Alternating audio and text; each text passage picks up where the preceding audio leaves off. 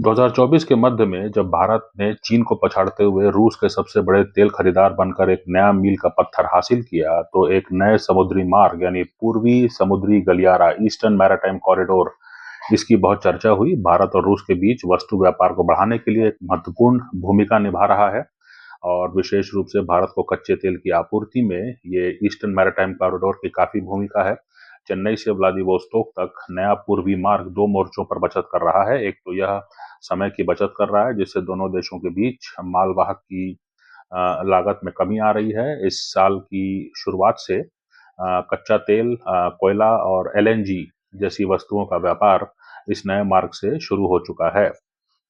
जबकि अन्य उत्पाद जैसे फर्टिलाइजर, उर्वरक यानी और कंटेनर में जो माल आता है, वो दोनों पक्षों को दीर्घकालिक प्रतिबद्धता की आवश्यकता रखते हैं और अब भेजे जा रहे हैं।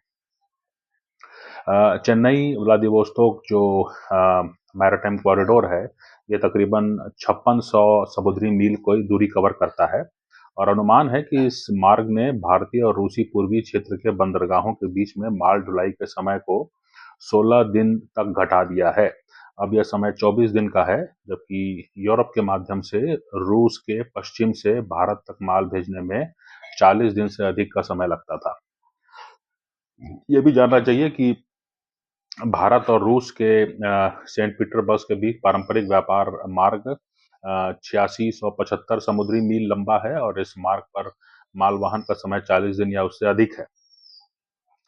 तो जैसे एक बड़ा जहाज है जो सामान्य क्रूजिंग गति पर लगभग 25 नॉट्स, तकरीबन 45 किलोमीटर प्रति घंटा की गति से चलता है, तो व्लादिवोस्तोक से चेन्नई तक का सफर करने में उसे 12 दिन लगते हैं। और ये जो जो सेंट पीटर्सबर्ग से लेकर के मुंबई तक का समुद्री मार्ग है, इसमें काफी कम समय है ये। तो व्लादिवोस्तोक प्रशांत महासागर पर स्थित रूस का सबसे बड़ा बंदरगाह है और यह चीन रूस की सीमा से लगभग 50 किलोमीटर दूर है।